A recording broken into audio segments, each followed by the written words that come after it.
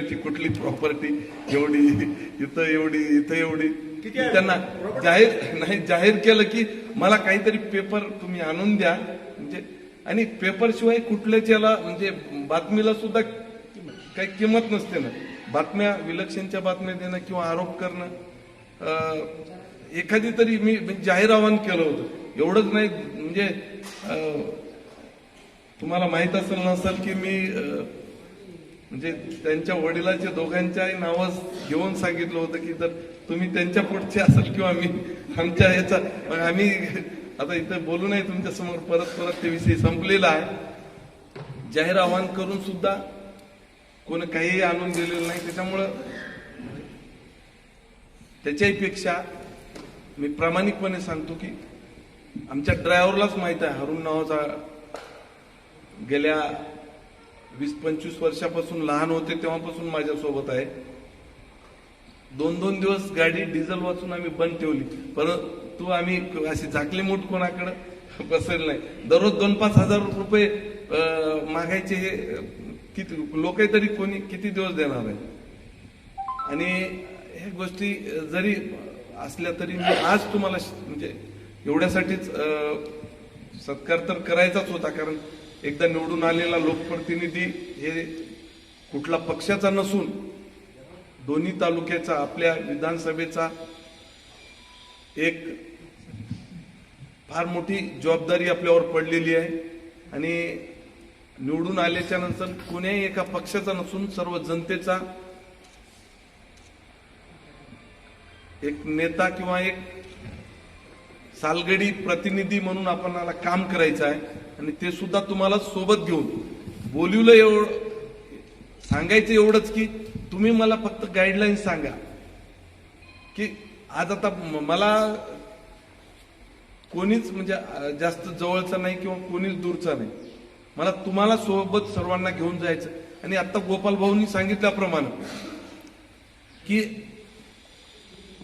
तुम्हाला जेवढं योग्य वाटते म्हणजे ज्या काही गोष्टी खऱ्या आहेत आमचं म्हणणं नाही की आमचं चुकत असलं तर जरूर आमच्या आपसमध्ये लिहायलाच पाहिजे असं काही त्याच्यात वाईट म्हणायचं नाही. पण जे काही गोष्टी समजा आमच्याकडून चांगल्या झाल्या तेवढ्या आपण तर आतापर्यंत 5 वर्ष लिहित आलेले आहे परंतु सत्ता आल्यावर थोडासा फरक पडते. परंतु पत्रकार बंधूंना सुद्धा कुठल्या पगार नाही किंवा मानधन सुद्धा नाही. हे सगळे म्हणजे एक ती सुद्धा सेवाच आहे सामाजिक बांधिलकीच आहे. आणि आमचं सुद्धा एक राजकारण नसून समाजकारणच आहे म्हणून.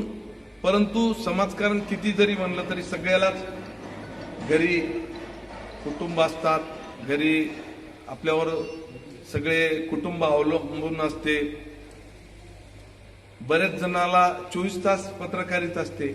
मग शेवटी सगळेच घराला बांधिलकी असते.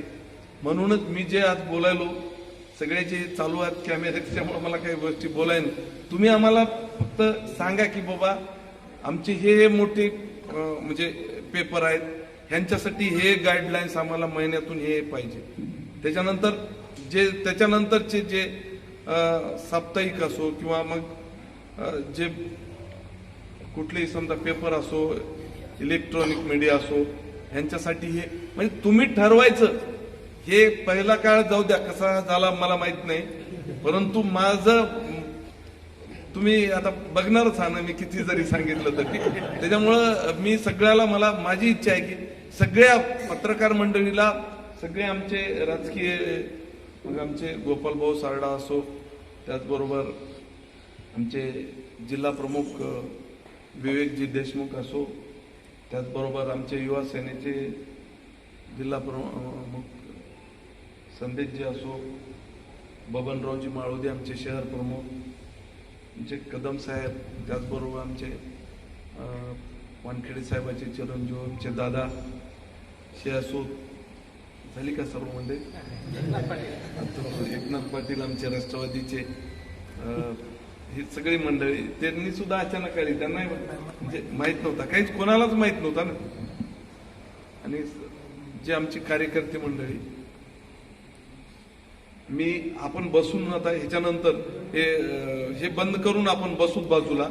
तुम्ही आम्हाला ठरवून द्या की बाबा आम्हाला सुद्धा म्हणजे सहकार्य करायच लागणार आहे. आमचे सुद्धा आम्ही जर हे केलो जाहिराती दिल्या तर पेपर चालतात.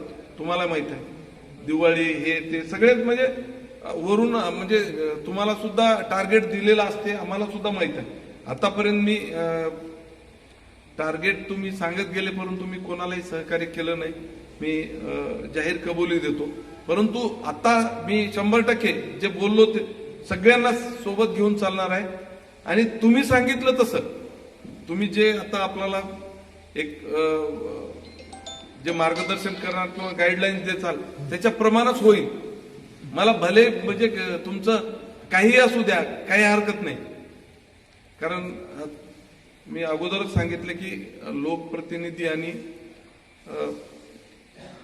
राजकीय आणि पत्रकार दोन्ही एका नाण्याच्या बाजू आहेत. तर माझी इच्छा आहे की आपल्याला 5 वर्ष सोबत घेऊन चालायची.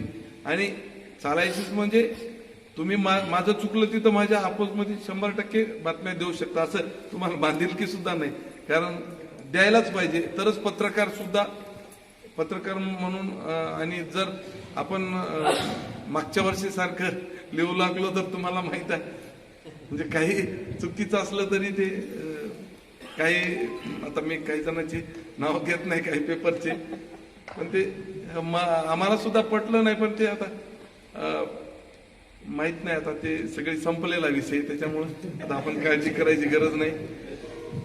पण मला प्रामाणिकपणे सोबत घेऊन चालायचं आहे, एवढंच या प्रसंगी सांगतो.